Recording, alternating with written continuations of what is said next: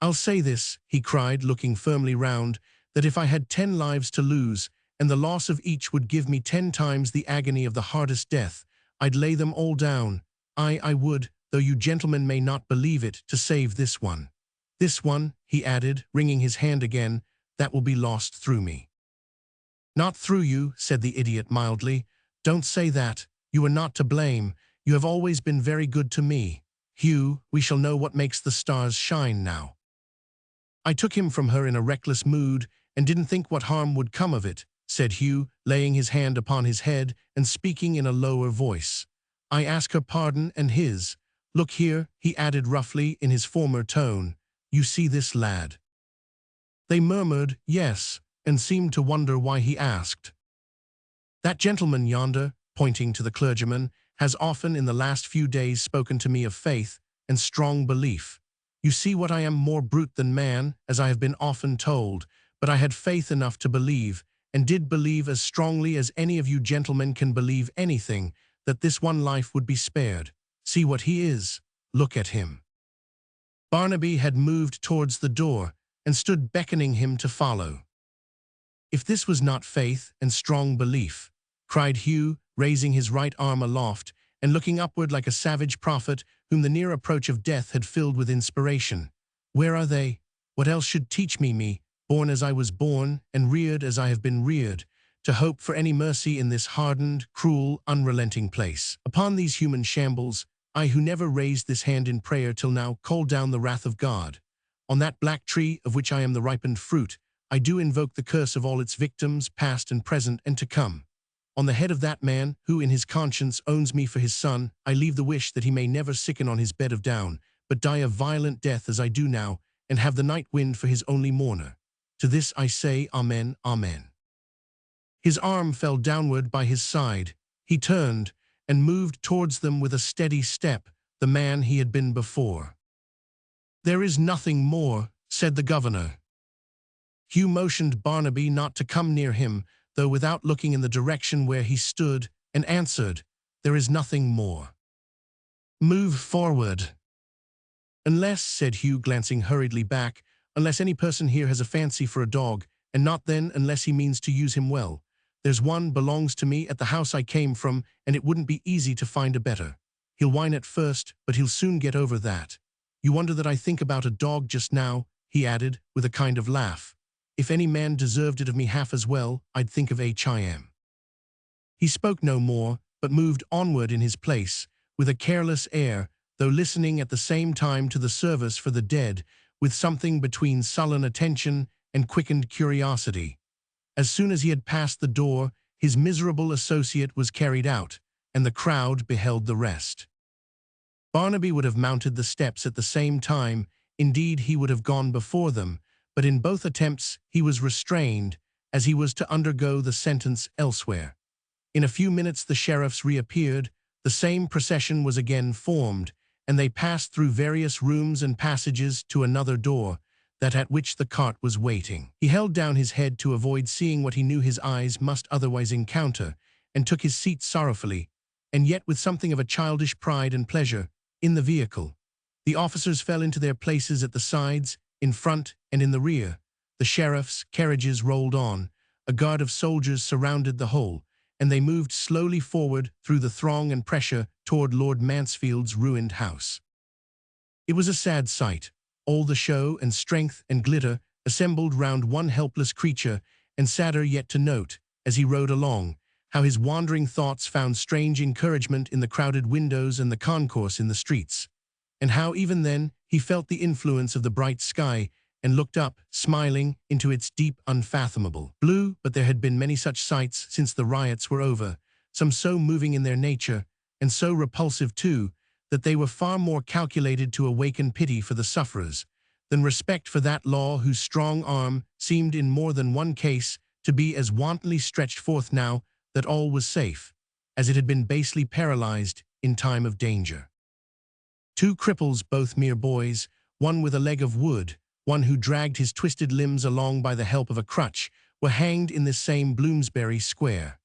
As the cart was about to glide from under them, it was observed that they stood with their faces from, not to, the house they had assisted to despoil, and their misery was protracted that this omission might be remedied. Another boy was hanged in Bow Street, other young lads in various quarters of the town. 4 wretched women, too, were put to death. In a word, those who suffered as rioters were, for the most part, the weakest, meanest, and most miserable among them. It was a most exquisite satire upon the false religious cry which had led to so much misery, that some of these people owned themselves to be Catholics and begged to be attended by their own priests. One young man was hanged in Bishopsgate Street, whose aged, grey-headed father waited for him at the gallows, kissed him at its foot when he arrived, and sat there on the ground till they took him down. They would have given him the body of his child, but he had no hearse, no coffin, nothing to remove it in, being too poor, and walked meekly away beside the cart that took it back to prison, trying, as he went, to touch its lifeless hand. But the crowd had forgotten these matters, or cared little about them if they lived in their memory, and while one great multitude fought and hustled to get near the gibbet before Newgate for a parting look, another followed in the train of poor lost Barnaby to swell the throng that waited for him on the spot. Chapter 78.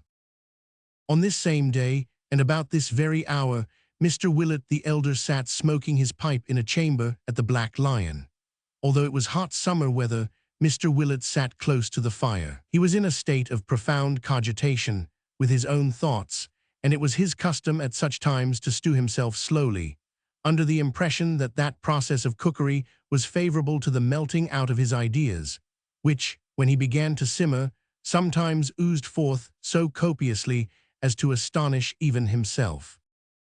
Mr. Willett had been several thousand times comforted by his friends and acquaintance, with the assurance that for the loss he had sustained in the damage done to the Maypole, he could come upon the county. But as this phrase happened to bear an unfortunate resemblance to the popular expression of coming on the parish, it suggested to Mr. Willett's mind no more consolatory visions than pauperism on an extensive scale and ruin in a capacious aspect. Consequently, he had never failed to receive the intelligence with a rueful shake of the head or a dreary stare, and had been always observed to appear much more melancholy after a visit of condolence than at any other time in the whole 24 hours. It chanced, however, that sitting over the fire on this particular occasion, perhaps because he was, as it were, done to a turn, perhaps because he was in an unusually bright state of mind, perhaps because he had considered the subject so long, perhaps because of all these favoring circumstances taken together, it chanced that, sitting over the fire on this particular occasion, Mr. Willett did, afar off, and in the remotest depths of his intellect, perceive a kind of lurking hint or faint suggestion, that out of the public purse there might issue funds for the restoration of the Maypole to its former high place among the taverns of the earth. And this dim ray of light did so diffuse itself within him, and did so kindle up and shine, that at last he had it as plainly and visibly before him as the blaze by which he sat, and fully persuaded that he was the first to make the discovery, and that he had started, hunted down, fallen upon, and knocked on the head, a perfectly original idea which had never presented itself to any other man, alive or dead. He laid down his pipe, rubbed his hands, and chuckled audibly. "Why, father," cried Joe, entering at the moment, "you're in spirits today." "It's nothing particular," said Mr. Willett, chuckling again. "It's nothing at all particular, Joseph. Tell me something about the Salwiners." Having preferred this request, Mr. Willett chuckled a third time, and after these unusual demonstrations of levity, he put his pipe in his mouth again. "What shall I tell you, father?" asked Joe, laying his hand upon his sire's shoulder and looking down into his face. "That I have come back poorer than a church mouse, you know that. That I have come back maimed and crippled, you know that." "It was took off," muttered Mr. Willett, with his eyes upon the fire, "at the defense of the Salwiners in America, where the war is." "Quite right," returned Joe, smiling, and leaning with his remaining elbow on the back of his father's chair. "The very subject I came to speak to you about. A man with one arm, father, is not of much use in the busy world." This was one of those vast propositions which Mr. Willett had never considered for an instant and required time to tackle, wherefore he made no answer. "At all events," said Joe, "he can't pick and choose his means of earning a livelihood as another man may. He can't say, I will turn my hand to this, or I won't turn my hand to that, but must take what he can do and be thankful it's no worse. What did you say? Mr. Willett had been softly repeating to himself, in a musing tone, the words defense of the Salwiners, but he seemed embarrassed at having been overheard and answered nothing. Now look here, father. Mr. Edward has come to England from the West Indies. When he was lost sight of, I ran away on the same day, father. He made a voyage to one of the islands, where a school friend of his had settled, and finding him, wasn't too proud to be employed on his estate, and in short, got on well, and is prospering, and has come over here on business of his own, and is going back again speedily. Our returning nearly at the same time, and meeting in the course of the late troubles, has been a good thing every way, for it has not only enabled us to do old friends some service, but has opened a path in life for me which I may tread without being a burden upon you. To be plain, father, he can employ me. I have satisfied myself that I can be of real use to him, and I am going to carry my one arm away with him, and to make the most of it.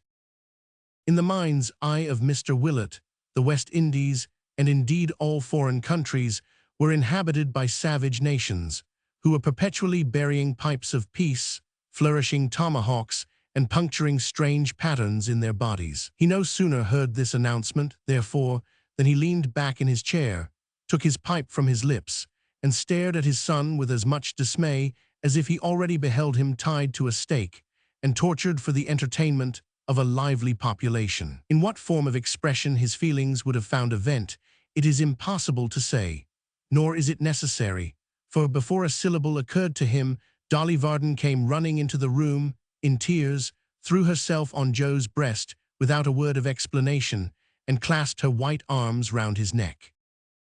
"Dolly," cried Joe, "Dolly." "I call me that always," exclaimed the locksmith's little daughter. "Never speak coldly to me, never be distant, never again reprove me for the follies I have long repented, or I shall die, Joe."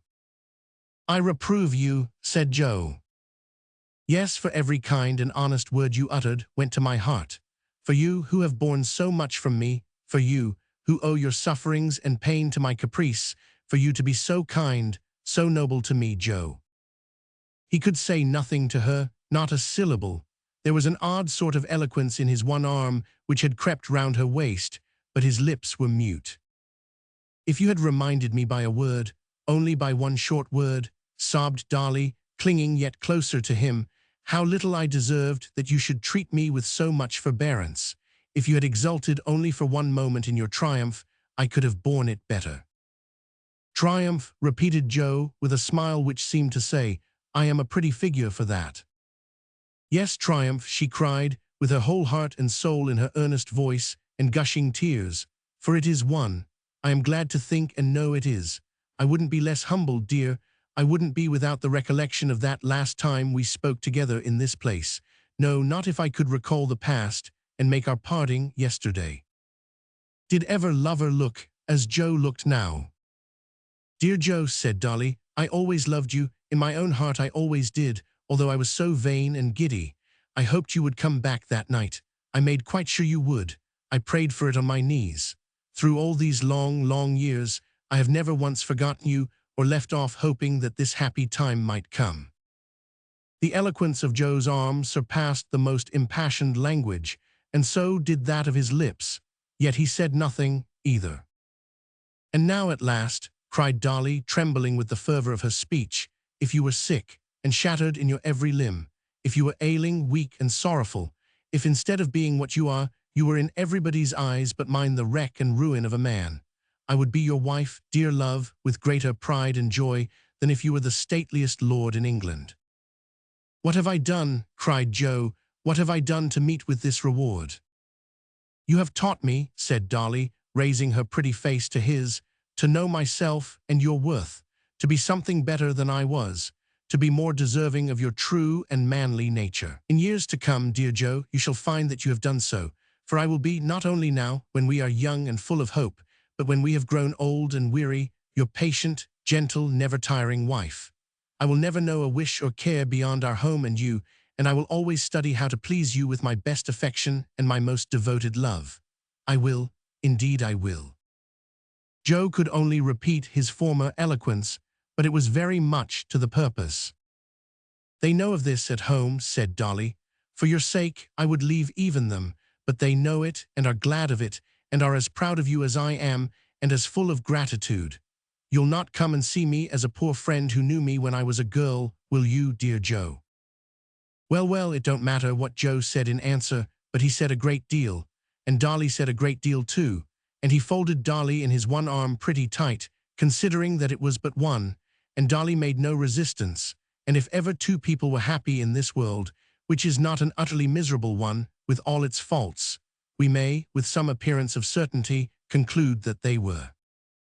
To say that during these proceedings, Mr. Willett, the elder, underwent the greatest emotions of astonishment, of which our common nature is susceptible, to say that he was in a perfect paralysis of surprise, and that he wandered into the most stupendous and theretofore unattainable heights of complicated amazement, would be to shadow forth his state of mind in the feeblest and lamest terms. If a roc, an eagle, a griffin, a flying elephant, a winged seahorse, had suddenly appeared, and taking him on its back, carried him bodily into the heart of the Salwiners, it would have been to him as an everyday occurrence in comparison with what he now beheld. To be sitting quietly by, seeing and hearing these things, to be completely overlooked, unnoticed, and disregarded, while his son and a young lady were talking to each other in the most impassioned manner, kissing each other, and making themselves in all respects perfectly at home, was a position so tremendous, so inexplicable, so utterly beyond the widest range of his capacity of comprehension,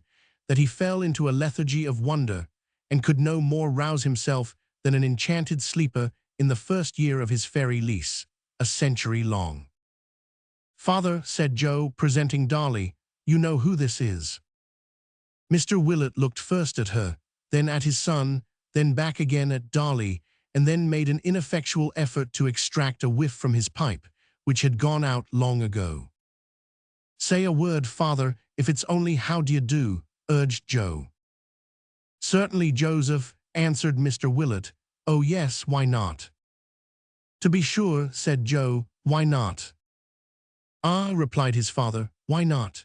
And with this remark, which he uttered in a low voice as though he were discussing some grave question with himself, he used the little finger, if any of his fingers can be said to have come under that denomination, of his right hand as a tobacco stopper, and was silent again.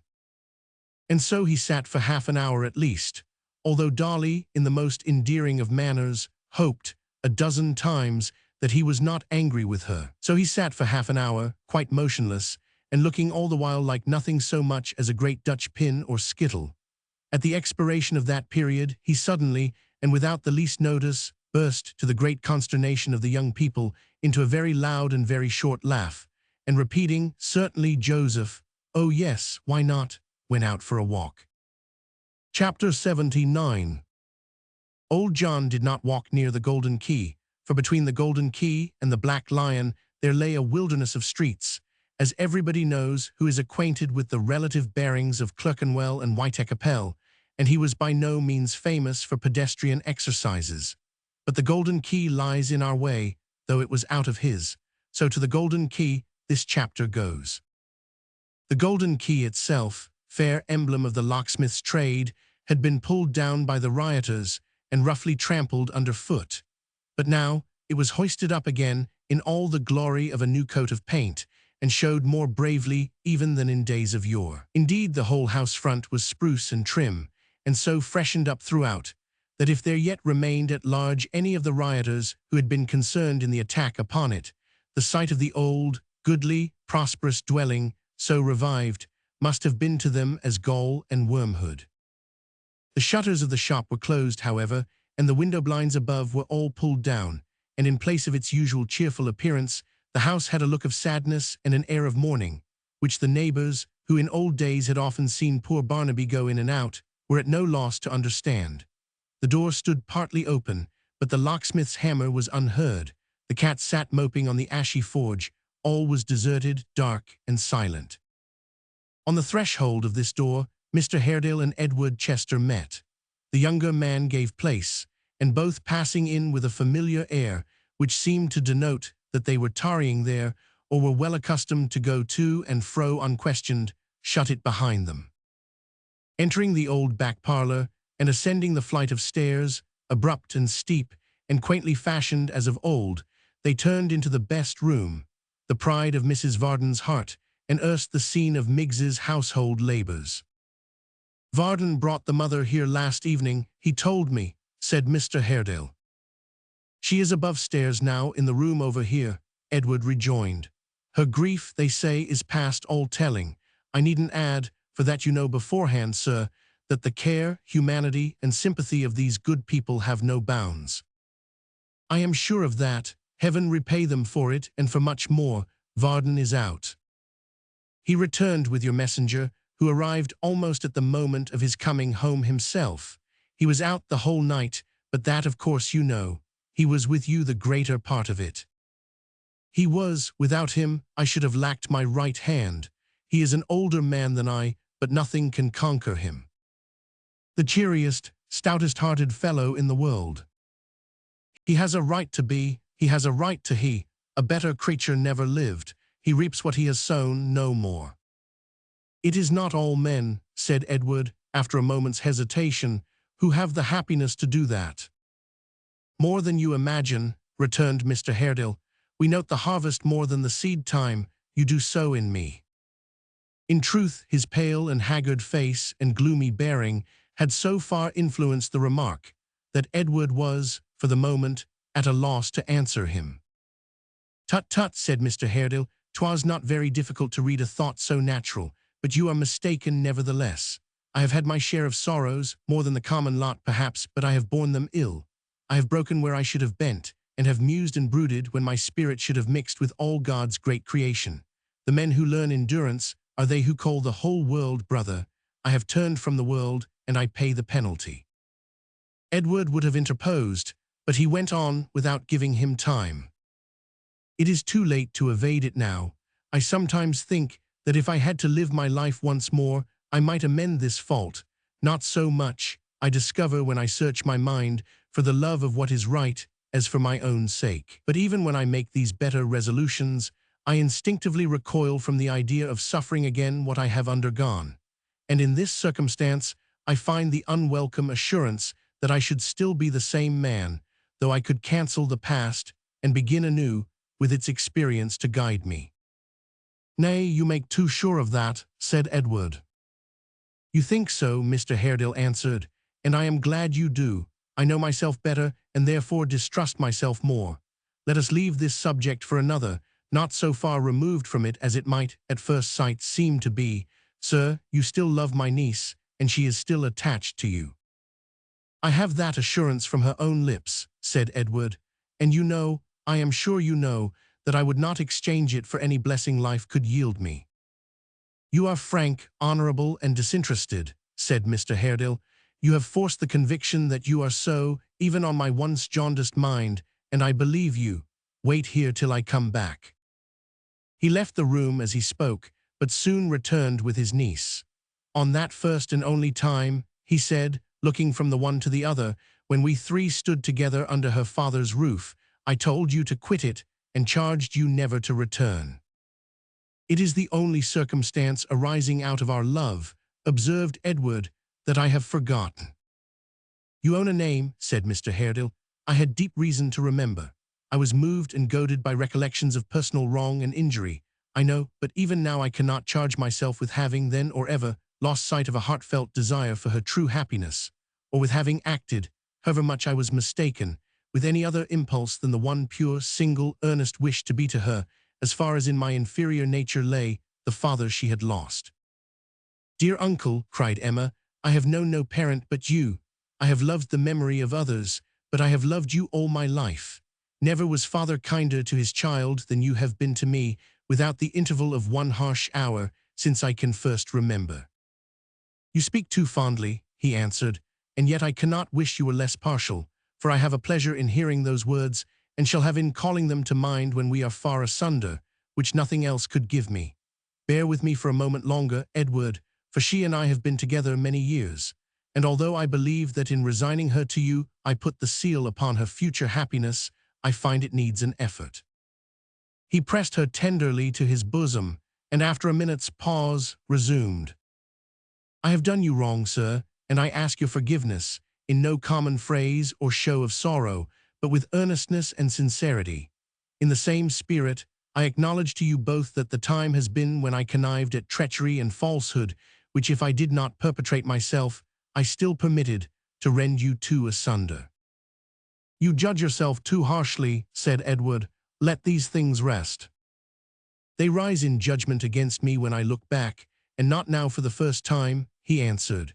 I cannot part from you without your full forgiveness, for busy life and I have little left in common now, and I have regrets enough to carry into solitude, without addition to the stock.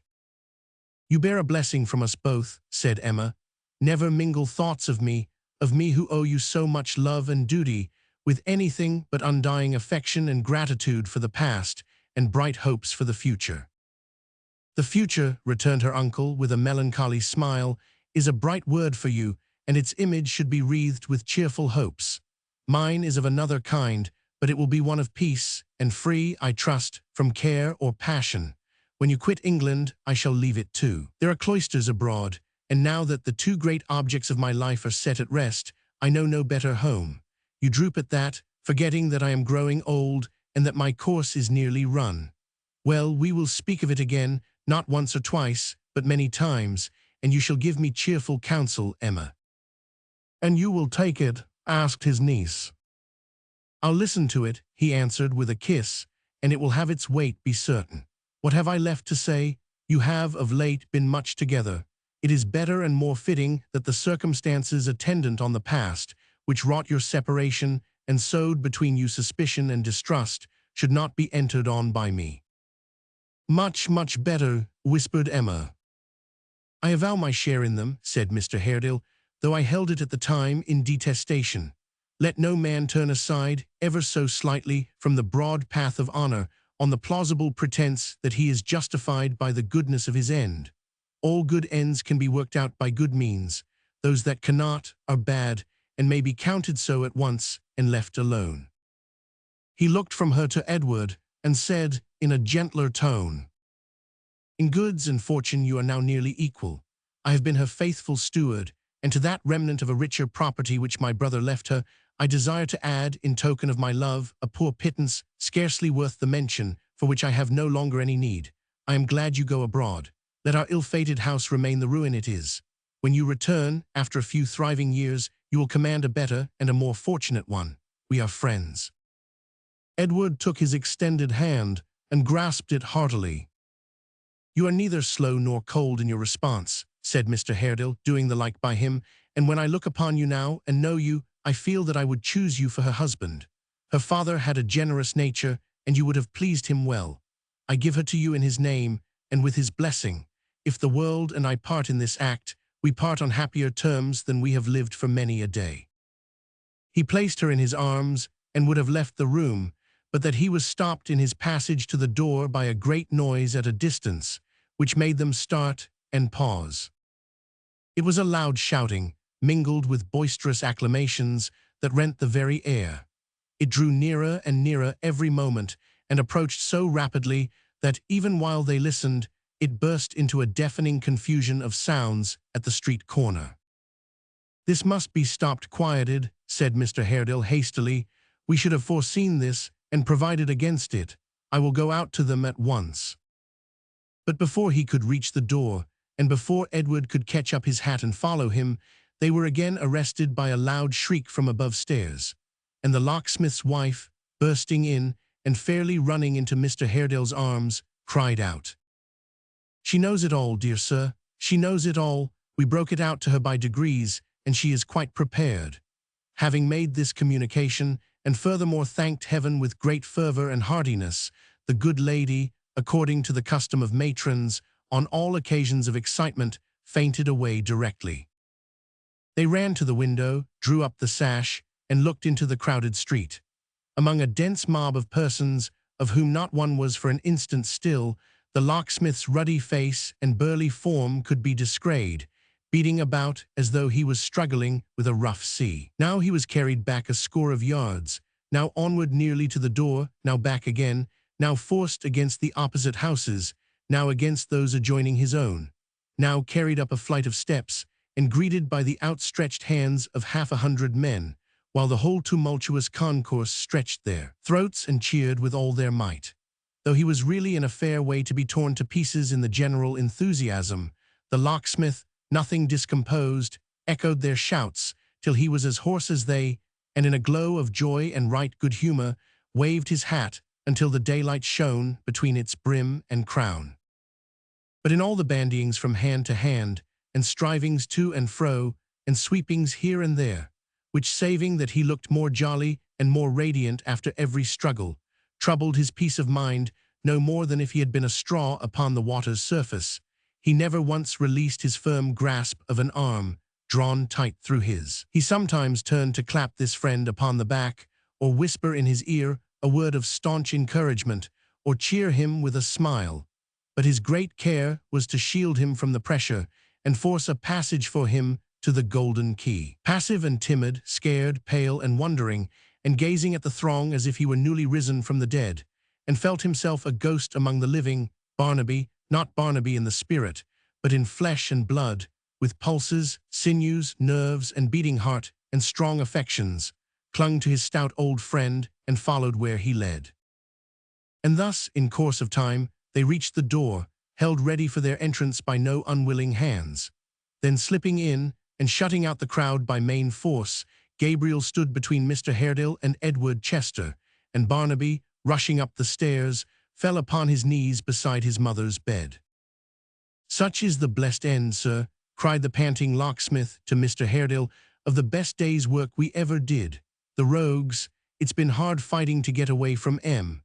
I almost thought, once or twice, they'd have been too much for us with their kindness." They had striven, all the previous day, to rescue Barnaby from his impending fate. Failing in their attempts, in the first quarter to which they addressed themselves, they renewed them in another.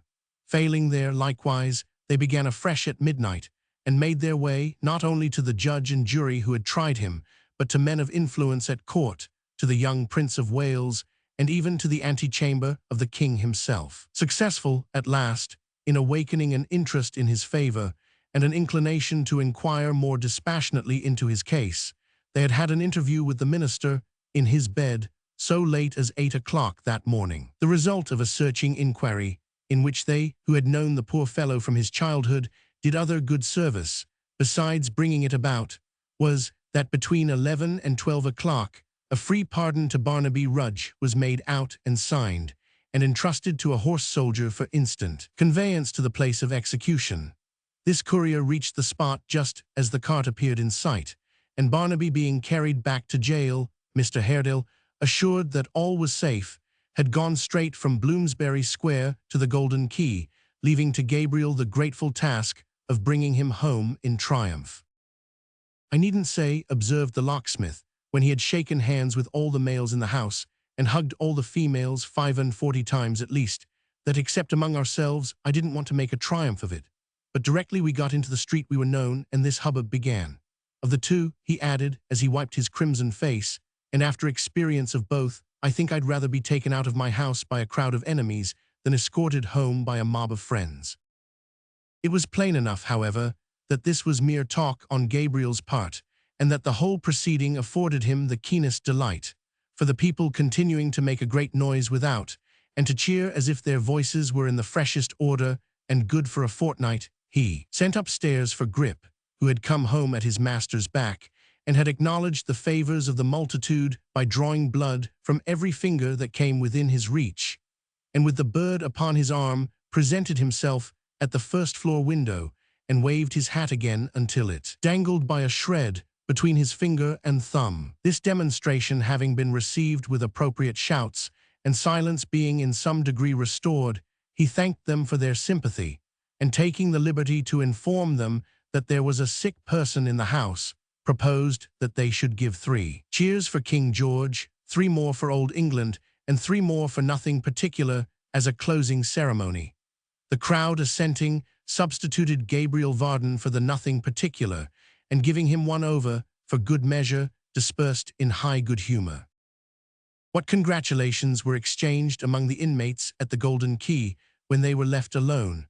What an overflowing of joy and happiness there was among them. How incapable it was of expression in Barnaby's own person, and how he went wildly from one to another until he became so far tranquilized as to stretch himself on the ground beside his mother's couch and fall into a deep sleep, are matters that need not be told. And it is well they happen to be of this class, for they would be very hard to tell were their narration ever so indispensable. Before leaving this bright picture, it may be well to glance at a dark and very different one which was presented to only a few eyes that same night. The scene was a churchyard, the time midnight, the persons, Edward Chester, a clergyman, a grave digger, and the four bearers of a homely coffin. They stood about a grave which had been newly dug, and one of the bearers held up a dim lantern, the only light there, which shed its feeble ray upon the book of prayer. He placed it for a moment on the coffin when he and his companions were about to lower it down. There was no inscription on the lid. The mold fell solemnly upon the last house of this nameless man, and the rattling dust left a dismal echo even in the accustomed ears of those who had borne it to its resting place. The grave was filled in to the top and trodden down. They all left the spot together. "You never saw him living?" asked the clergyman of Edward. "Often, years ago, not knowing him for my brother." "Never since?" "Never. Yesterday he steadily refused to see me. It was urged upon him many times at my desire. Still he refused. That was hardened and unnatural." "Do you think so?" "I infer that you do not." "You are right. We hear the world wonder, every day, at monsters of ingratitude. Did it never occur to you that it often looks for monsters of affection as though they were things of course?" They had reached the gate by this time, and bidding each other good night, departed on their separate ways. Chapter 80. That afternoon, when he had slept off his fatigue, had shaved and washed and dressed, and freshened himself from top to toe, when he had dined, comforted himself with a pipe, an extra Toby, a nap in the great armchair, and a quiet chat with Mrs. Varden on everything that had happened, was happening, or about to happen, within the sphere of their domestic concern. The locksmith sat himself down at the tea-table in the little back parlor, the rosiest, coziest, merriest, heartiest, best contented old buck in Great Britain or out of it. There he sat, with his beaming eye on Mrs. V, and his shining face suffused with gladness, and his capacious waistcoat smiling in every wrinkle, and his jovial humor peeping from under the table in the very plumpness of his legs, a sight to turn the vinegar of misanthropy into purest milk of human kindness. There he sat, watching his wife as she decorated the room with flowers for the greater honor of Dolly and Joseph Willett, who had gone out walking, and for whom the tea-kettle had been singing gaily on the hob full 20 minutes, chirping as never kettle chirped before, for whom the best service of real, undoubted china, patterned with divers round-faced mandarins holding up broad umbrellas, was now displayed in all its glory, to tempt whose appetites a clear, transparent, juicy ham, garnished with cool green lettuce leaves and fragrant cucumber, reposed upon a shady table, covered with a snow-white cloth, for whose delight preserves and jams, crisp cakes and other pastry, short to eat, with cunning twists, and cottage loaves, and rolls of bread both white and brown, were all set forth in rich profusion, in whose youth Mrs. V herself had grown quite young, and stood there in a gown of red and white, symmetrical in figure, buxom in bodice, ruddy in cheek and lip, faultless in ankle, laughing in face and mood, in all respects delicious to behold. There sat the locksmith among all and every these delights, the sun that shone upon them all, the center of the system, the source of light, heat, life, and frank enjoyment in the bright household world. And when had Dolly ever been the Dolly of that afternoon? To see how she came in, arm in arm with Joe, and how she made an effort not to blush or seem at all confused, and how she made believe she didn't care to sit on his side of the table, and how she coaxed the locksmith in a whisper not to joke, and how her color came and went in a little restless flutter of happiness, which made her do everything wrong, and yet so charmingly wrong that it was better than right. Why, the locksmith could have looked on at this, as he mentioned to Mrs. Varden when they retired for the night for 24 hours at a stretch and never wished it done. The recollections, too, with which they made merry over that long protracted tea. The glee with which the locksmith asked Joe if he remembered that stormy night at the Maypole when he first asked after Dolly. The laugh they all had about that night when she was going out to the party in the sedan chair. The unmerciful manner in which they rallied Mrs. Varden about putting those flowers outside that very window. The difficulty Mrs. Varden found in joining the laugh against herself at first, and the extraordinary perception she had of the joke when she overcame it. The confidential statements of Joe concerning the precise day and hour when he was first conscious of being fond of Dolly, and Dolly's blushing admissions, half volunteered and half extorted, as to the time from which she dated the discovery that she didn't mind Joe. Here was an exhaustless fund of mirth and conversation.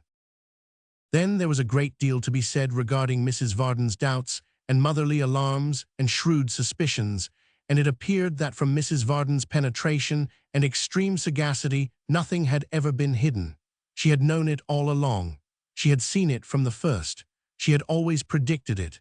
She had been aware of it before the principals. She had said within herself, for she remembered the exact words, "That young Willett is certainly looking after our Dolly, and I must look after him." Accordingly, she had looked after him and had observed many little circumstances, all of which she named, so exceedingly minute that nobody else could make anything out of them even now, and had, it seemed from first to last, displayed the most unbounded tact and most consummate generalship. Of course, the night when Joe would ride homeward by the side of the chaise, and when Mrs. Varden would insist upon his going back again, was not forgotten, nor the night when Dolly fainted on his name being mentioned, nor the times upon times when Mrs. Varden, ever watchful and prudent, had found her pining in her own chamber. In short, nothing was forgotten, and everything by some means or other brought them back to the conclusion that that was the happiest hour in all their lives. Consequently, that everything must have occurred for the best, and nothing could be suggested which would have made it better. While they were in the full glow of such discourse as this, there came a startling knock at the door, opening from the street into the workshop, which had been kept closed all day that the house might be more quiet. Joe, as in duty bound, would hear of nobody but himself going to open it, and accordingly left the room for that purpose. It would have been odd enough, certainly, if Joe had forgotten the way to this door, and even if he had, as it was a pretty large one and stood straight before him, he could not easily have missed it. But Dolly, perhaps because she was in the flutter of spirits before mentioned, or perhaps because she thought he would not be able to open it with his one arm, she could have had no other reason, hurried out after him, and they stopped so long in the passage, no doubt owing to Joe's entreaties that she would not expose herself to the draught of July air, which must infallibly come rushing in on this same door being opened, that the knock was repeated, in a yet more startling manner than before. "Is anybody going to open that door?" cried the locksmith, "or shall I come?"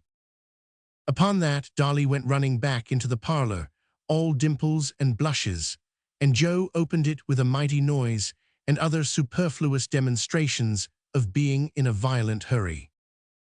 "Well," said the locksmith when he reappeared, "what is it? Joe, what are you laughing at?" "Nothing, sir, it's coming in."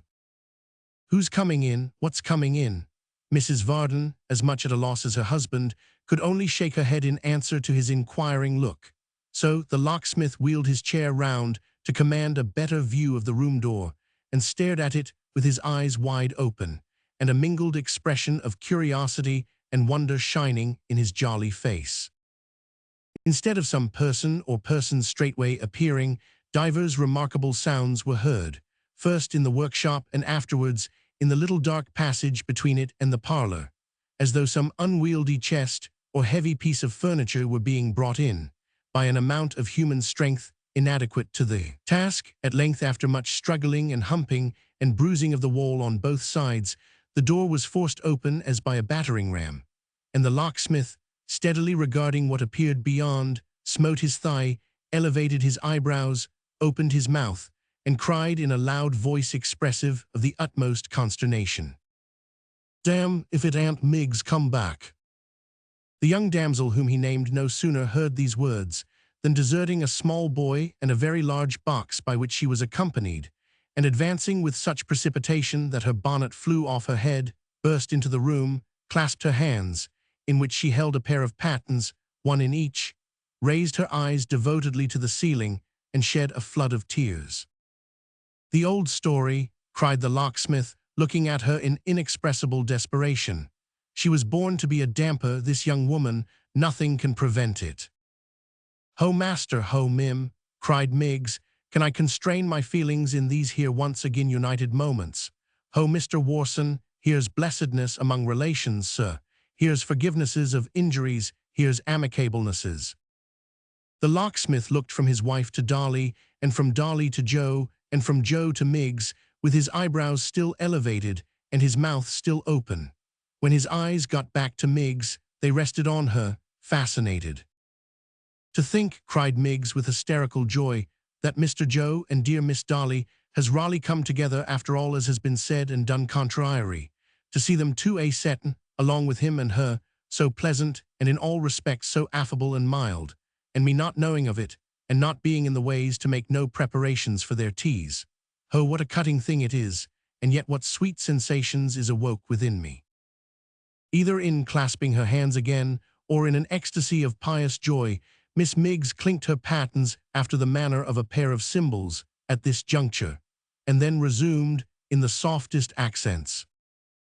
"And did my missus think, oh goodness, did she think, as her own Miggs, which supported her under so many trials, and understood her nater, when them as intended well but acted rough, went so deep into her feelings, did she think as her own Miggs would ever leave her? Did she think as Miggs, though she was but a servant, and knowed that servitudes was no inheritances, would forget that she was the humble instruments as always made it comfortable between them two when they fell out, and always told master of the meekness and forgiveness of her blessed dispositions? Did she think as Miggs had no attachments? Did she think that wages was her only object?" To none of these interrogatories, whereof every one was more pathetically delivered than the last, did Mrs. Varden answer one word. But Miggs, not at all abashed by this circumstance, turned to the small boy in attendance, her eldest nephew, son of her own married sister, born in Golden Lion Court, number 27, and bred in the very shadow of the second bell handle on the right-hand door-post, and with a plentiful use of her pocket-handkerchief, addressed herself to him, requesting that on his return home he would console his parents for the loss of her, his aunt, by delivering to them a faithful statement of his having left her in the bosom of that family, with which, as his aforesaid parents well knew, her best affections were incorporated, that he would remind them that nothing less than her imperious sense of duty and devoted attachment to her old master and missus, likewise Miss Dolly and young Mr. Joe, should ever have induced her to decline that pressing invitation which they, his parents, had, as he could testify, given her, to lodge and board with them free of all cost and charge for evermore. Lastly, that he would help her with her box upstairs, and then repair straight home, bearing her blessing and her strong injunctions to mingle in his prayers, a supplication that he might in course of time grow up a locksmith or a Mr. Joe, and have Mrs. Varden's and Miss Dolly's for his relations and friends.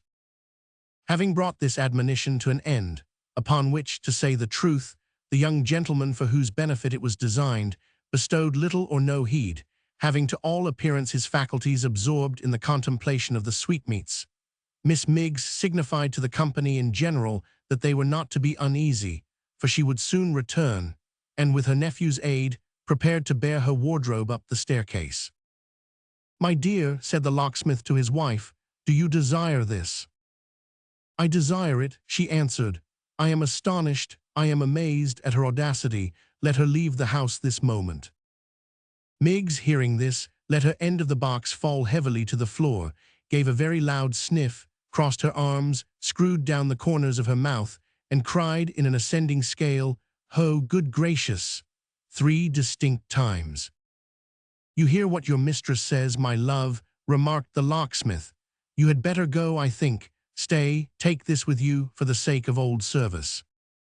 Miss Miggs clutched the banknote he took from his pocketbook and held out to her, deposited it in a small red leather purse, put the purse in her pocket, displaying, as she did so, a considerable portion of some undergarment made of flannel and more black cotton stocking than is commonly seen in public, and tossing her head as she looked at Mrs. Varden, repeated, "Oh, good gracious!"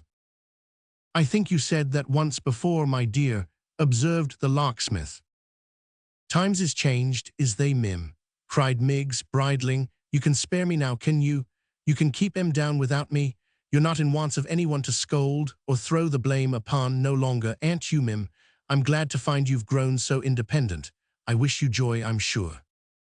With that she dropped a curtsy, and keeping her head erect, her ear towards Mrs. Varden, and her eye on the rest of the company, as she alluded to them in her remarks, proceeded. "I'm quite delighted, I'm sure, to find sich independency, feeling sorry though, at the same time, Mim, that you should have been forced into submissions when you couldn't help yourself. He. It must be great vexations, specially considering how ill you always spoke of Mr. Joe, to have him for a son-in-law at last. And I wonder Miss Dolly can put up with him, either, after being off and on for so many years with a coachmaker. But I have heard say that the coachmaker thought twice about it, he, and that he told a young man as was a friend of his that he hoped he knowed better than to be drawed into that, though she and all the family did pull uncommon strong." Here she paused for a reply, and receiving none, went on as before. "I have heard say, Mim, that the illnesses of some ladies was all pretensions, and that they could faint away, stone dead, whenever they had the inclinations so to do. Of course I never see sich cases with my own eyes. Ho no, he, nor master neither, ho no, he. I have heard the neighbours make remark as someone as they was acquainted with was a poor good-natured, mean-spirited creetur as went out fishing for a wife one day and caught a tartar. Of course I never to my knowledge see the poor person himself. Nor did you neither, Mim, ho no. I wonder who it can be, don't you, Mim? No doubt you do, Mim, ho yes, he. Again Miggs paused for a reply, and none being offered, was so oppressed with teeming spite and spleen that she seemed like to burst. "I'm glad Miss Dolly can laugh," cried Miggs with a feeble titter. "I like to see folks a-laughing, so do you, Mim, don't you? You was always glad to see people in spirits, wasn't you, Mim? And you always did your best to keep 'em cheerful, didn't you, Mim? Though there ain't such a great deal to laugh at now either, is there, Mim? It ain't so much of a catch, after looking out so sharp ever since she was a little chit, and costing such a deal in dress and show, to get a poor, common soldier with one arm, is it, Mim? He. I wouldn't have a husband with one arm anyways. I would have 2 arms. I would have 2 arms if it was me, though instead of hands they'd only got hooks at the end, like our dustmen." Miss Miggs was about to add, and had indeed begun to add, that, taking them in the abstract, dustmen were far more eligible matches than soldiers, though, to be sure, when people were past choosing they must take the best they could get, and think themselves well off too. But her vexation and chagrin being of that internally bitter sort which finds no relief in words, and is aggravated to madness by want of contradiction, she could hold out no longer, and burst into a storm of sobs and tears. In this extremity she fell on the unlucky nephew, tooth and nail, and plucking a handful of hair from his head, demanded to know how long she was to stand there to be insulted, and whether or no he meant to help her to carry out the box again, and if he took a pleasure in hearing his family reviled, with other inquiries of that nature. At which disgrace and provocation, the small boy, who had been all this time gradually lashed into rebellion by the sight of unattainable pastry, walked off indignant, leaving his aunt and the box to follow at their leisure. Somehow or other, by dint of pushing and pulling, they did attain the street at last, where Miss Miggs, all blowsed with the exertion of getting there, and with her sobs and tears, sat down upon her property to rest and grieve, until she could ensnare some other youth to help her home. "It's a thing to laugh at, Martha, not to care for," whispered the locksmith, as he followed his wife to the window and good-humoredly dried her eyes. "What does it matter? You had seen your fault before. Come, bring up Toby again, my dear. Dolly shall sing us a song, and will be all the merrier for this interruption." Chapter 81. Another month had passed, and the end of August had nearly come, when Mr. Haredale stood alone in the mail-coach office at Bristol. Although but a few weeks had intervened since his conversation with Edward Chester and his niece in the locksmith's house, and he had made no change, in the meantime, in his accustomed style of dress, his appearance was greatly altered. He looked much older and more careworn. Agitation and anxiety of mind scatter wrinkles and grey hairs with no unsparing hand, but deeper traces follow on the silent uprooting of old habits and severing of dear familiar ties. The affections may not be so easily wounded as the passions, but their hurts are deeper and more lasting. He was now a solitary man, and the heart within him was dreary and lonesome. He was not the less alone for having spent so many years in seclusion and retirement. This was no better preparation than a round of social cheerfulness. Perhaps it even increased the keenness of his sensibility. He had been so dependent upon her for companionship and love. She had come to be so much a part and parcel of his existence. They had had so many cares and thoughts in common, which no one else had shared, that losing her was beginning life anew and being required to summon up the hope and elasticity of youth amid the doubts, distrusts, and weakened energies of age. The effort he had made to part from her with seeming cheerfulness and hope, and they had parted only yesterday, left him the more depressed. With these feelings, he was about to revisit London for the last time and look once more upon the walls of their old home before turning his back upon it forever. The journey was a very different one in those days from what the present generation find it, but it came to an end, as the longest journey will, and he stood again in the streets of the metropolis. He lay at the inn where the coach stopped, and resolved, before he went to bed, that he would make his arrival known to no one, would spend but another night in London, and would spare himself the pang of parting even with the honest locksmith.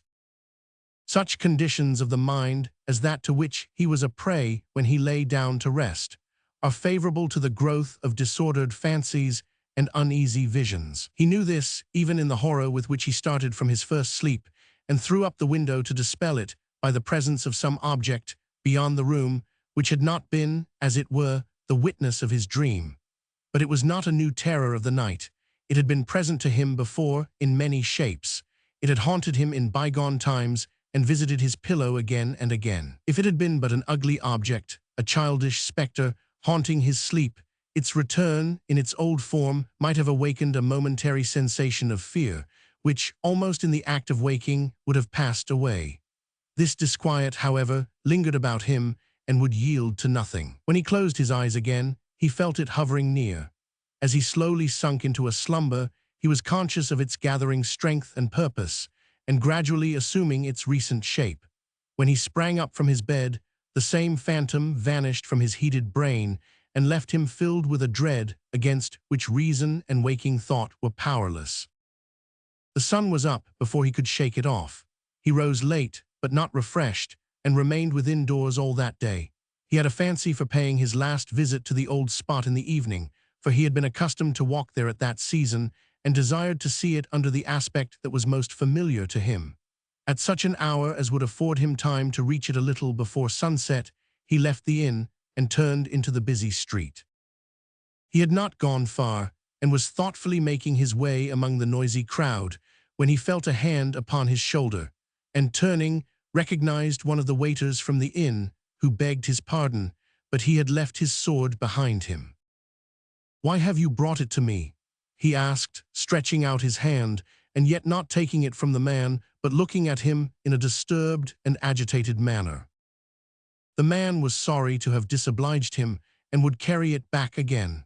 The gentleman had said that he was going a little way into the country, and that he might not return until late. The roads were not very safe for single travelers after dark, and since the riots, gentlemen had been more careful than ever not to trust themselves unarmed in lonely places. "We thought you were a stranger, sir," he added, "and that you might believe our roads to be better than they are, but perhaps you know them well and carry firearms." He took the sword, and putting it up at his side, thanked the man and resumed his walk.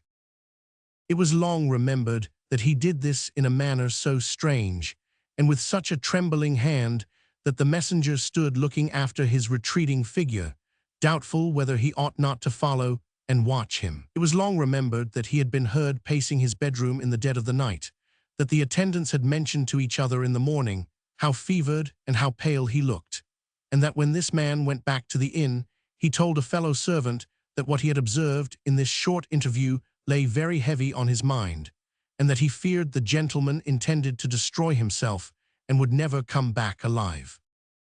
With a half-consciousness that his manner had attracted the man's attention, remembering the expression of his face when they parted, Mr. Haredale quickened his steps, and arriving at a stand of coaches, bargained with the driver of the best to carry him so far on his road as the point where the footway struck across the fields, and to await his return at a house of entertainment which was within a stone's throw of that place.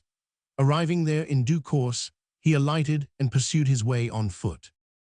He passed so near the maypole that he could see its smoke rising from among the trees, while a flock of pigeons, some of its old inhabitants, doubtless sailed gaily home to roost, between him and the unclouded sky. "The old house will brighten up now," he said, as he looked towards it, "and there will be a merry fireside beneath its ivied roof. It is some comfort to know that everything will not be blighted hereabouts. I shall be glad to have one picture of life and cheerfulness to turn to in my mind." He resumed his walk and bent his steps towards the warren. It was a clear, calm, silent evening, with hardly a breath of wind to stir the leaves, or any sound to break the stillness of the time, but drowsy sheep bells tinkling in the distance, and at intervals the far-off lowing of cattle or bark of village dogs. The sky was radiant with the softened glory of sunset, and on the earth and in the air a deep repose prevailed. At such an hour he arrived at the deserted mansion which had been his home so long, and looked for the last time upon its blackened walls. The ashes of the commonest fire are melancholy things, for in them there is an image of death and ruin, of something that has been bright, and is but dull, cold, dreary dust, with which our nature forces us to sympathize. How much more sad the crumbled embers of a home, the casting down of that great altar, where the worst among us sometimes perform the worship of the heart, and where the best have offered up such sacrifices and done such deeds of heroism as, chronicled, would put the proudest temples of old time, with all their vaunting annals, to the blush. He roused himself from a long train of meditation and walked slowly round the house. It was by this time almost dark. He had nearly made the circuit of the building, when he uttered a half-suppressed exclamation, started, and stood still. Reclining in an easy attitude, with his back against a tree, and contemplating the ruin with an expression of pleasure, a pleasure so keen that it overcame his habitual indolence and command of feature, and displayed itself utterly free from all restraint or reserve, before him on his own ground, and triumphing then, as he had triumphed in every misfortune and disappointment of his life, stood the man whose presence, of all mankind, in any place, and least of all in that, he could the least endure. Although his blood so rose against this man, and his wrath so stirred within him, that he could have struck him dead, he put such fierce constraint upon himself that he passed him without a word or look. Yes, and he would have gone on, and not turned, though to resist the devil who poured such hot temptation in his brain required an effort scarcely to be achieved, if this man had not himself summoned him to stop, and that, with an assumed compassion in his voice, which drove him well-nigh mad, and in an instant rooted all the self-command it had been anguish, acute, poignant anguish, to sustain. All consideration, reflection, mercy, forbearance, everything by which a goaded man can curb his rage and passion, fled from him as he turned back, and yet he said, slowly and quite calmly, far more calmly than he had ever spoken to him before, "Why have you called to me?" "To remark," said Sir John Chester with his wonted composure, "what an odd chance it is that we should meet here." "It is a strange chance." "Strange, the most remarkable and singular thing in the world. I never ride in the evening. I have not done so for years. The whim seized me, quite unaccountably, in the middle of last night. How very picturesque this is." He pointed, as he spoke, to the dismantled house and raised his glass to his eye. "You praise your own work very freely." Sir John let fall his glass, inclined his face towards him with an air of the most courteous inquiry, and slightly shook his head as though he were remarking to himself, "I fear this animal is going mad." "I say you praise your own work very freely," repeated Mr. Haredale. "Work," echoed Sir John, looking smilingly round. "Mine, I beg your pardon, I really beg your pardon." "Why, you see," said Mr. Haredale, "those walls, you see those tottering gables, you see on every side where fire and smoke have raged, you see the destruction that has been wanton here, do you not?" "My good friend," returned the knight, gently checking his impatience with his hand. "Of course I do. I see everything you speak of when you stand aside and do not interpose yourself between the view and me. I am very sorry for you. If I had not had the pleasure to meet you here, I think I should have written to tell you so. But you don't bear it as well as I had expected. Excuse me. No, you don't indeed."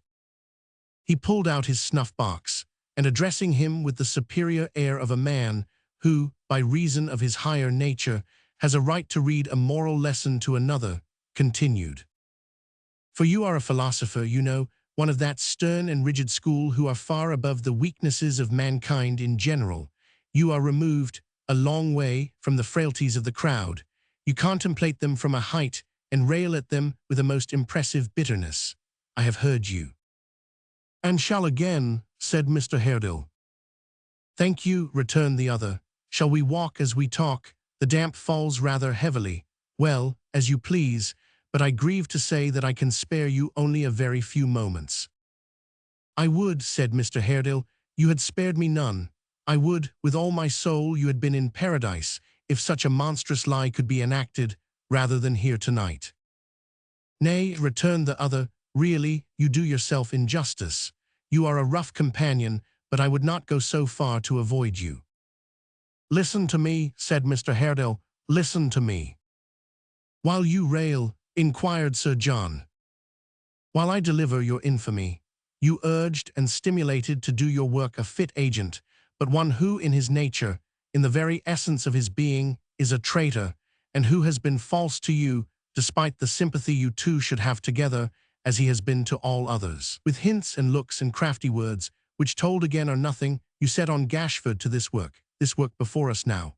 With these same hints and looks and crafty words, which told again are nothing, you urged him on to gratify the deadly hate he owes me.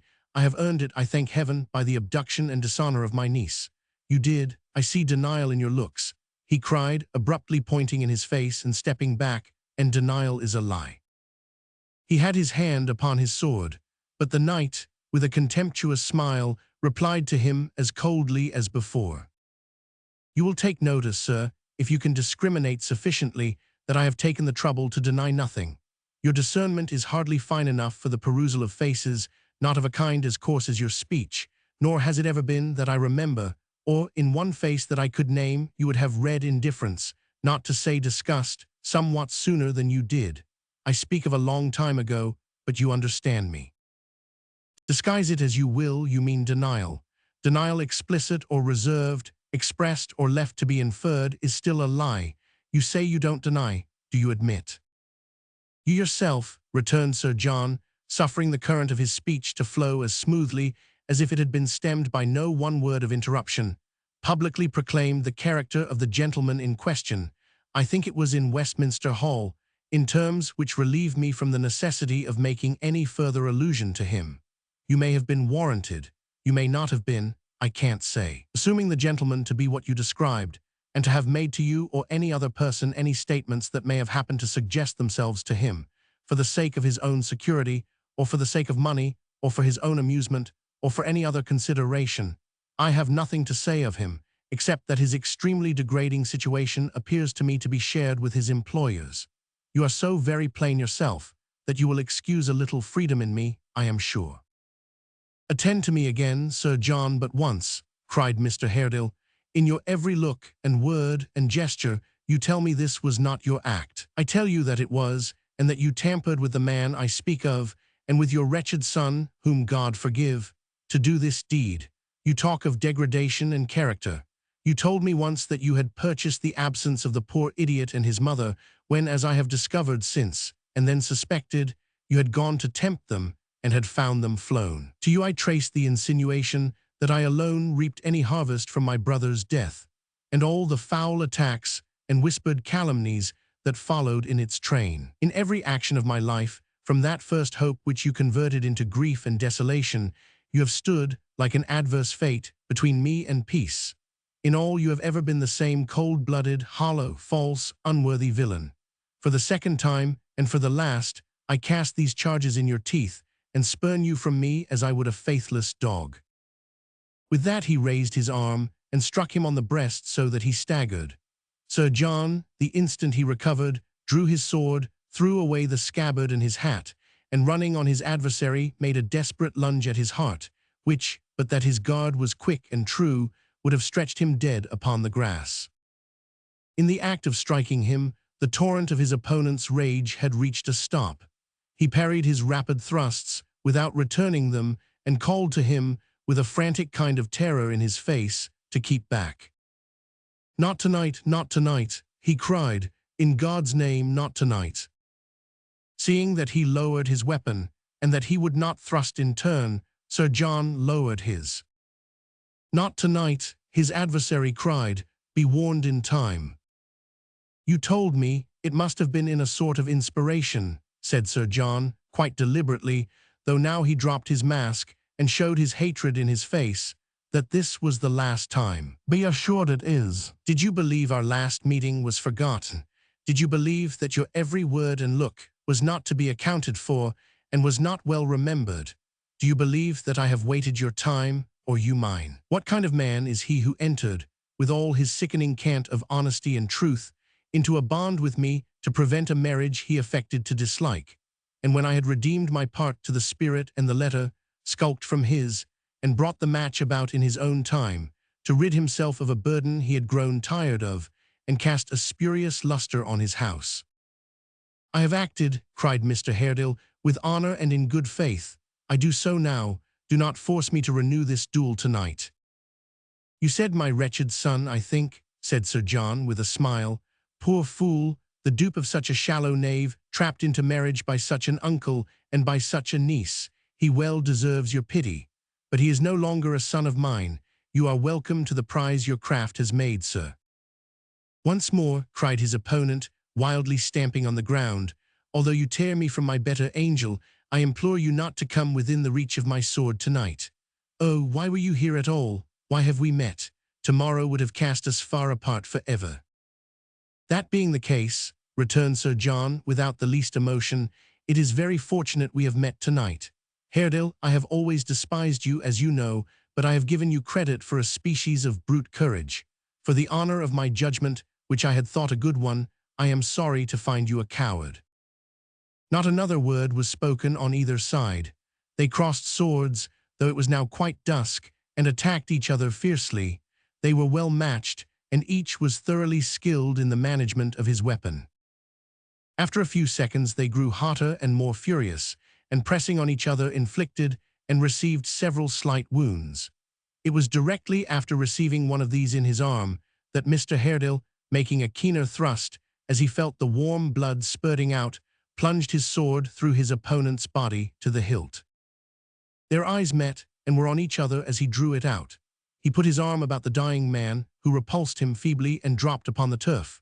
Raising himself upon his hands, he gazed at him for an instant with scorn and hatred in his look, but seeming to remember even then that this expression would distort his features after death, he tried to smile, and faintly moving his right hand, as if to hide his bloody linen in his vest, fell back dead, the phantom of last night. Chapter the last. A parting glance at such of the actors in this little history as it has not, in the course of its events, dismissed, will bring it to an end. Mr. Haredale fled that night. Before pursuit could be begun, indeed before Sir John was traced or missed, he had left the kingdom, repairing straight to a religious establishment known throughout Europe for the rigor and severity of its discipline, and for the merciless penitence it exacted from those who sought its shelter as a refuge from the world. He took the vows which thenceforth shut him out from nature and his kind, and after a few remorseful years was buried in its gloomy cloisters. 2 days elapsed before the body of Sir John was found. As soon as it was recognized and carried home, the faithful valet, true to his master's creed, eloped with all the cash and movables he could lay his hands on, and started as a finished gentleman upon his own account. In this career he met with great success, and would certainly have married an heiress in the end, but for an unlucky check which led to his premature decease. He sank under a contagious disorder, very prevalent at that time, and vulgarly termed the jail fever. Lord George Gordon, remaining in his prison in the Tower until Monday the 5th of February in the following year, was on that day solemnly tried at Westminster for high treason. Of this crime he was, after a patient investigation, declared not guilty, upon the ground that there was no proof of his having called the multitude together with any traitorous or unlawful intentions. Yet so many people were there still, to whom those riots taught no lesson of reproof or moderation, that a public subscription was set on foot in Scotland to defray the cost of his defence. For 7 years afterwards he remained, at the strong intercession of his friends, comparatively quiet, saving that he, every now and then, took occasion to display his zeal for the Protestant faith in some extravagant proceeding which was the delight of its enemies, and saving, besides, that he was formally excommunicated by the Archbishop of Canterbury for refusing to appear as a witness in the ecclesiastical court when cited for that purpose. In the year 1788, he was stimulated by some new insanity to write and publish an injurious pamphlet reflecting on the Queen of France in very violent terms. Being indicted for the libel, and after various strange demonstrations in court found guilty, he fled into Holland in place of appearing to receive sentence, from whence, as the quiet burgomasters of Amsterdam had no relish for his company, he was sent home again with all speed. Arriving in the month of July at Harwich, and going thence to Birmingham, he made in the latter place, in August, a public profession of the Jewish religion, and figured there as a Jew until he was arrested, and brought back to London to receive the sentence he had evaded. By virtue of this sentence, he was, in the month of December, cast into Newgate for 5 years and 10 months, and required besides to pay a large fine and to furnish heavy securities for his future good behavior. After addressing, in the midsummer of the following year, an appeal to the commiseration of the National Assembly of France, which the English minister refused to sanction, he composed himself to undergo his full term of punishment, and suffering his beard to grow nearly to his waist, and conforming in all respects to the ceremonies of his new religion, he applied himself to the study of history and occasionally to the art of painting, in which in his younger days he had shown some skill. Deserted by his former friends and treated in all respects like the worst criminal in the jail, he lingered on, quite cheerful and resigned, until the 1st of November 1793, when he died in his cell, being then only 43 years of age. Many men with fewer sympathies for the distressed and needy, with less abilities and harder hearts, have made a shining figure and left a brilliant fame. He had his mourners. The prisoners bemoaned his loss and missed him, for though his means were not large, his charity was great, and in bestowing alms among them, he considered the necessities of all alike, and knew no distinction of sect or creed. There are wise men in the highways of the world who may learn something, even from this poor crazy lord who died in Newgate. To the last, he was truly served by bluff John Gruby. John was at his side before he had been 24 hours in the Tower, and never left him until he died. He had one other constant attendant, in the person of a beautiful Jewish girl, who attached herself to him from feelings half religious, half romantic, but whose virtuous and disinterested character appears to have been beyond the censure even of the most censorious. Gashford deserted him, of course. He subsisted for a time upon his traffic in his master's secrets, and this trade failing when the stock was quite exhausted, procured an appointment in the honorable corps of spies and eavesdroppers employed by the government. As one of these wretched underlings, he did his drudgery, sometimes abroad, sometimes at home, and long endured the various miseries of such a station. 10 or a dozen years ago, not more, a meagre, wan old man, diseased and miserably poor, was found dead in his bed at an obscure inn in the borough, where he was quite unknown. He had taken poison. There was no clue to his name, but it was discovered from certain entries in a pocketbook he carried that he had been secretary to Lord George Gordon in the time of the famous riots. Many months after the re-establishment of peace and order, and even when it had ceased to be the town talk, that every military officer, kept at free quarters by the city during the late alarms, had cost for his board and lodging £4 per day, and every private soldier 2 and 2 halfpenny. Many months after even this engrossing topic was forgotten, and the United Bulldogs were, to a man, all killed, imprisoned, or transported, Mr. Simon Tappertit, being removed from a hospital to prison, and thence to his place of trial, was discharged by proclamation, on 2 wooden legs, shorn of his graceful limbs, and brought down from his high estate to circumstances of utter destitution, and the deepest misery, he made shift to stump back to his old master and beg for some relief. By the locksmith's advice and aid, he was established in business as a shoeblack and opened shop under an archway near the Horse Guards.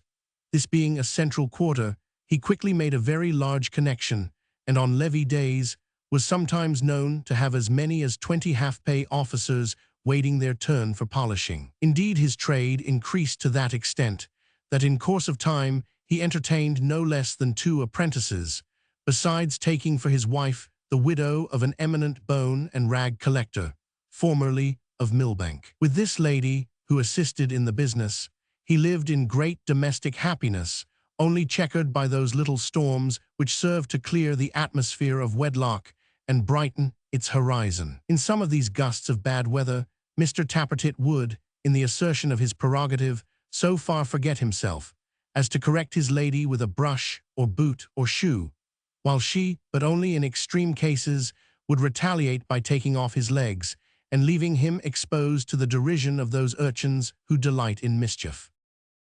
Miss Miggs, baffled in all her schemes, matrimonial and otherwise, and cast upon a thankless, undeserving world, turned very sharp and sour, and did at length become so acid, and did so pinch and slap and tweak the hair and noses of the youth of Golden Lion Court, that she was by one consent expelled that sanctuary and desired to bless some other spot of earth in preference. It chanced at that moment that the justices of the peace for Middlesex proclaimed by public placard that they stood in need of a female turnkey for the county bridewell, and appointed a day and hour for the inspection of candidates. Miss Miggs, attending at the time appointed, was instantly chosen and selected from 124 competitors, and at once promoted to the office, which she held until her decease, more than 30 years afterwards, remaining single all that time. It was observed of this lady that while she was inflexible and grim to all her female flock, she was particularly so to those who could establish any claim to beauty, and it was often remarked as a proof of her indomitable virtue and severe chastity, that to such as had been frail she showed no mercy, always falling upon them on the slightest occasion, or on no occasion at all, with the fullest measure of her wrath. Among other useful inventions which she practiced upon this class of offenders and bequeathed to posterity was the art of inflicting an exquisitely vicious poke or dig with the wards of a key in the small of the back, near the spine. She likewise originated a mode of treading by accident in pattens on such as had small feet, also very remarkable for its ingenuity and previously quite unknown. It was not very long, you may be sure, before Joe Willett and Dolly Varden were made husband and wife, and with a handsome sum in bank, for the locksmith could afford to give his daughter a good dowry, reopened the Maypole. It was not very long, you may be sure, before a red-faced little boy was seen staggering about the Maypole passage and kicking up his heels on the green before the door. It was not very long, counting by years, before there was a red-faced little girl, another red-faced little boy, and a whole troop of girls and boys, so that, go to Chigwell when you would, there would surely be seen, either in the village street, or on the green, or frolicking in the farmyard, for it was a farm now, as well as a tavern more small. Joes and small dollies than could be easily counted. It was not a very long time before these appearances ensued, but it was a very long time before Joe looked 5 years older, or Dolly either, or the locksmith either, or his wife either. For cheerfulness and content are great beautifiers, and are famous preservers of youthful looks, depend upon it. It was a long time, too, before there was such a country inn as the Maypole in all England. Indeed, it is a great question whether there has ever been such another to this hour, or ever will be. It was a long time, too, for never, as the proverb says, is a long day, before they forgot to have an interest in wounded soldiers at the Maypole, or before Joe omitted to refresh them for the sake of his old campaign, or before the sergeant left off looking in there now and then, or before they fatigued themselves or each other by talking on these occasions of battles and sieges, and hard weather and hard service, and 1,000 things belonging to a soldier's life. As to the great silver snuff-box which the king sent Joe with his own hand, because of his conduct in the riots, what guest ever went to the Maypole without putting finger and thumb into that box, and taking a great pinch, though he had never taken a pinch of snuff before, and almost sneezed himself into convulsions even then. As to the purple-faced vintner, where is the man who lived in those times and never saw him at the Maypole? To all appearance as much at home in the best room as if he lived there. And as to the feastings and christenings and revellings at Christmas, and celebrations of birthdays, wedding days, and all manner of days, both at the Maypole and the Golden Key, if they are not notorious, what facts are? Mr. Willett the elder, having been by some extraordinary means possessed with the idea that Joe wanted to be married, and that it would be well for him, his father, to retire into private life, and enable him to live in comfort, took up his abode in a small cottage at Chigwell, where they widened and enlarged the fireplace for him, hung up the boiler, and furthermore planted in the little garden outside the front door a fictitious maypole, so that he was quite at home directly. To this, his new habitation, Tom Cobb, Phil Parkes, and Solomon Daisy went regularly every night, and in the chimney corner they all four quaffed and smoked and prosed and dozed as they had done of old. It being accidentally discovered, after a short time, that Mr. Willett still appeared to consider himself a landlord by profession, Joe provided him with a slate, upon which the old man regularly scored up vast accounts for meat, drink, and tobacco. As he grew older, this passion increased upon him, and it became his delight to chalk, against the name of each of his cronies, a sum of enormous magnitude and impossible to be paid. And such was his secret joy in these entries, that he would be perpetually seen going behind the door to look at them, and coming forth again, suffused with the liveliest satisfaction. He never recovered the surprise the rioters had given him, and remained in the same mental condition down to the last moment of his life. It was like to have been brought to a speedy termination by the first sight of his first grandchild, which appeared to fill him with the belief that some alarming miracle had happened to Joe. Being promptly blooded, however, by a skillful surgeon, he rallied, and although the doctors all agreed on his being attacked with symptoms of apoplexy 6 months afterwards, that he ought to die, and took it very ill that he did not, he remained alive, possibly on account of his constitutional slowness, for nearly 7 years more, when he was one morning found speechless in his bed. He lay in this state, free from all tokens of uneasiness, for a whole week, when he was suddenly restored to consciousness by hearing the nurse whisper in his son's ear that he was going. "I'm a-going, Joseph," said Mr. Willett, turning round upon the instant to the Salwiners, and immediately gave up the ghost. He left a large sum of money behind him, even more than he was supposed to have been worth, although the neighbors, according to the custom of mankind, in calculating the wealth that other people ought to have saved, had estimated his property in good round numbers. Joe inherited the whole, so that he became a man of great consequence in those parts, and was perfectly independent. Some time elapsed before Barnaby got the better of the shock he had sustained, or regained his old health and gaiety. But he recovered by degrees, and although he could never separate his condemnation and escape from the idea of a terrific dream, he became, in other respects, more rational. Dating from the time of his recovery, he had a better memory and greater steadiness of purpose, but a dark cloud overhung his whole previous existence and never cleared away. He was not the less happy for this, for his love of freedom and interest in all that moved or grew, or had its being in the elements, remained to him unimpaired. He lived with his mother on the Maypole farm, tending the poultry and the cattle, working in a garden of his own, and helping everywhere. He was known to every bird and beast about the place, and had a name for every one. Never was there a lighter-hearted husbandman, a creature more popular with young and old, a blither or more happy soul than Barnaby, and though he was free to ramble where he would, he never quitted her, but was for evermore her stay and comfort.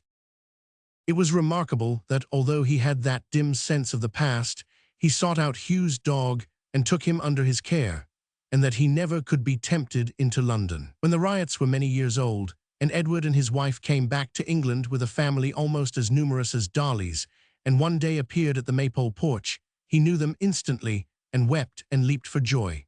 But neither to visit them, nor on any other pretense, no matter how full of promise and enjoyment, could he be persuaded to set foot in the streets, nor did he ever conquer this repugnance or look upon the town again. Grip soon recovered his looks, and became as glossy and sleek as ever, but he was profoundly silent. Whether he had forgotten the art of polite conversation in Newgate, or had made a vow in those troubled times to forgo, for a period, the display of his accomplishments is matter of uncertainty, but certain it is that for a whole year he never indulged in any other sound than a grave, decorous croak. At the expiration of that term, the morning being very bright and sunny, he was heard to address himself to the horses in the stable, upon the subject of the kettle so often mentioned in these pages, and before the witness who overheard him could run into the house with the intelligence, and add to it upon his solemn affirmation the statement that he had heard him laugh, the bird himself advanced with fantastic steps to the very door of the bar, and there cried, "I'm a devil, I'm a devil, I'm a devil," with extraordinary rapture.